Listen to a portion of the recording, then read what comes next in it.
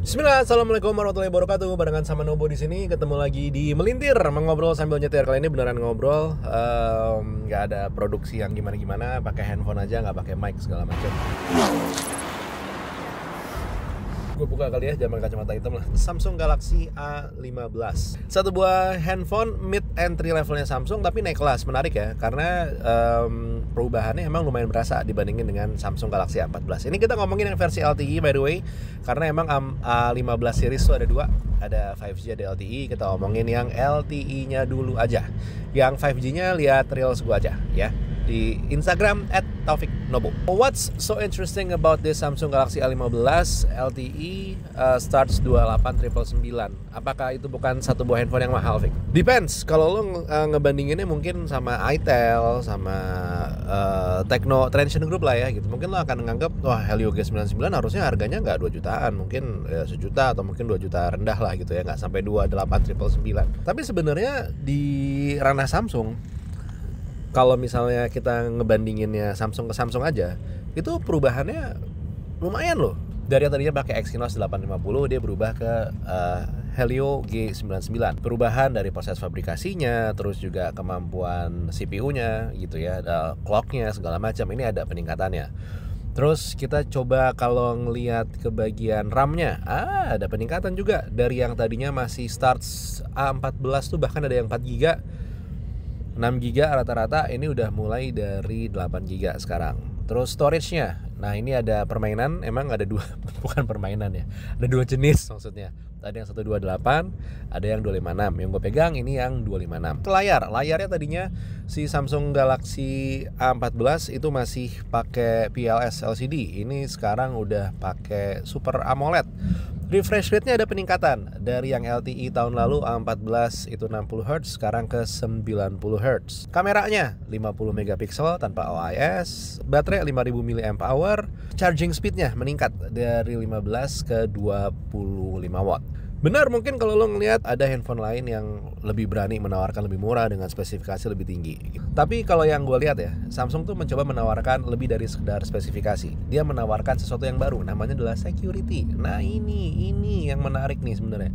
Kalau kita coba kulik ya, Samsung Galaxy A15 itu tiba-tiba hadir loh, dia punya yang namanya Samsung Knox Vault. Gue mungkin salah ya menyebut seperti ini, tapi kurang lebih ya penjelasannya yang paling simpel, dia seperti security chip ya. Jadi dia bukan software base, enggak, dia beneran hardware yang punya fungsi ini memberikan banyak fitur keamanan yang terutama bisa dipakai nantinya saat lo mungkin pengen beli handphone ini untuk keperluan corporate. Jadi misalnya B2B nih, pengen pakai Samsung Galaxy A15, nah itu bisa, nanti bisa diatur tuh di bagian homepage-nya, ada work, ada personal, nah itu bisa. Tapi kalau misalkan pun lo beli pribadi, apa sih fungsi dari Samsung Knox Vault ini? Nah kalau kita coba lihat runut-runut, di bagian settings ada security, ada yang namanya security folder di sana. Dan ada yang bilang kalau dia menggunakan Samsung Knox Vault-nya memang untuk bikin security folder, dan kemudian di dalam security foldernya itu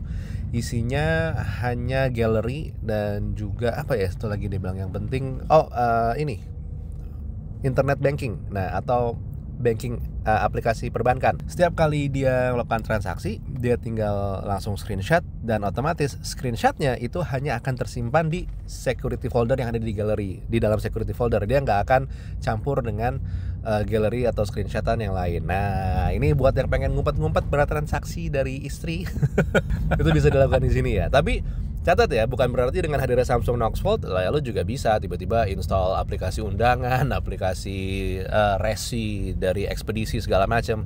Yang penipuan-penipuan itu ya nggak begitu, jangan begitu juga. Karena kan kalau itu konsepnya agak berbeda tuh, setahu gue jenis malware-nya ya. So please don't do that, tetap ya. Berikutnya salah satu fungsi yang masih berhubungan juga dengan Samsung Knox Vault ini adalah Quick Share. Wah, gue nggak ada Knox Vault bisa Quick Share, benar, tapi tidak bisa private sharing. Ini beda ceritanya.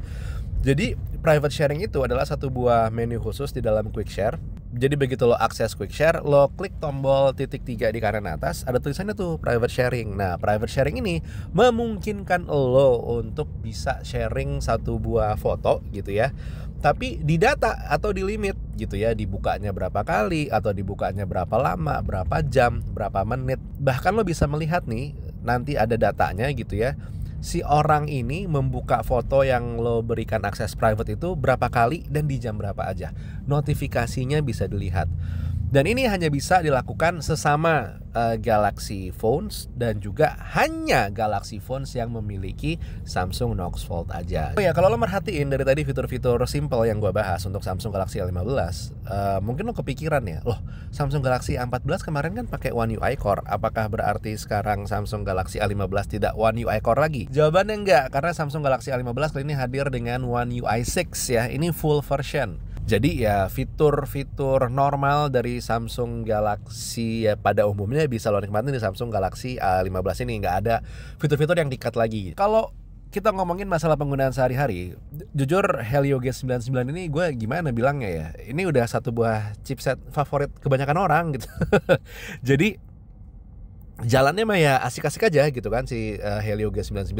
Kalau kita ngomongin dari sisi benchmark, ini lo bisa ngeliat benchmark dari Samsung Galaxy A15 yang gue punya, more than enough lah buat crunching your social media needs, terus juga buat WhatsAppan dan segala macamnya itu udah oke. Untuk daya tahan baterainya juga menurut gue ini udah lumayan gitu ya, gue masih bisa dapat 1 harian kok standby time, bahkan lebih. Kalau untuk masalah experience penggunaan layar ya, nah ini menarik nih, Samsung Galaxy A15 ini udah pakai Super AMOLED emang gitu, tapi settingan layarnya menurut gue berbeda. Bahkan dengan Samsung Galaxy A25, settingan layarnya bisa gue pastikan ini berbeda. Terutama kayak di bagian saturasinya, warna merahnya agak berbeda lah gitu. Pokoknya settingannya berbeda. Gue nggak tahu apakah ini nanti akan di fine tune lagi dengan software atau ya emang karakternya seperti ini. Tapi yang pasti it's AMOLED. Kalau misalnya ditanya pakai nonton sehari-hari multimedia enak apa enggak, ya jawabannya enak-enak aja.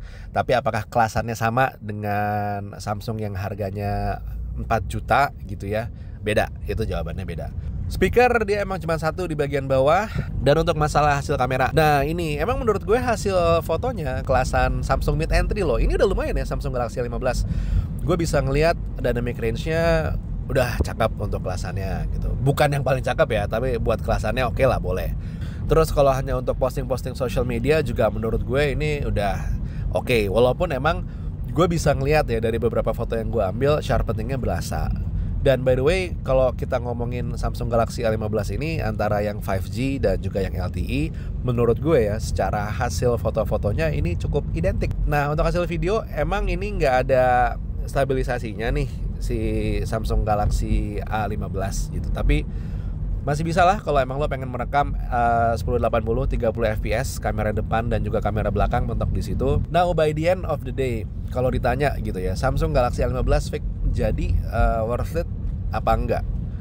Gini, gue agak sulit ya menjawab kata-kata worth it, karena di saat gue bilang oh, ini worth it gitu, tapi ada yang bilang nggak bisa fix, yang lain harganya lebih murah dengan spesifikasi yang lebih tinggi. Kalau perbandingannya hanya hardware ke hardware, iya. Tapi kalau lo memperhatikan dari sisi software, menurut gue Samsung Galaxy A15 ini masih bisa ngegigit, masih bisa ngelawan gitu ya. Jadi pertanyaannya adalah bukan worth it atau enggak. Tapi kalau ditanya, Fik, lo bisa nggak merekomendasikan handphone ini buat dibeli? Jawabannya bisa. Kalau sekarang lo pekerja kantoran dan lo cuma pengen cari handphone untuk bisa dipakai hari-hari, ya sok monggo silahkan.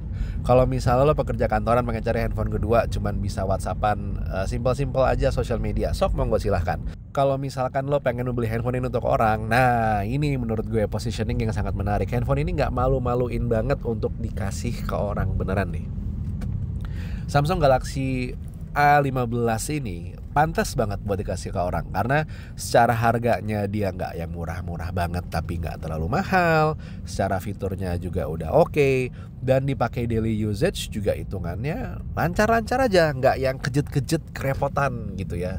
Tidak seperti mungkin stigma kita tentang Samsung Galaxy mid entry level tahun-tahun dulu. Menurut gue begitu ya. Tapi mungkin lo punya pendapat lain, boleh tulis di kolom komentar, kita diskusi aja santai-santai. Karena kan di sini gue cuman berbagi apa yang gue rasakan di saat gue main-main dengan Samsung Galaxy A15.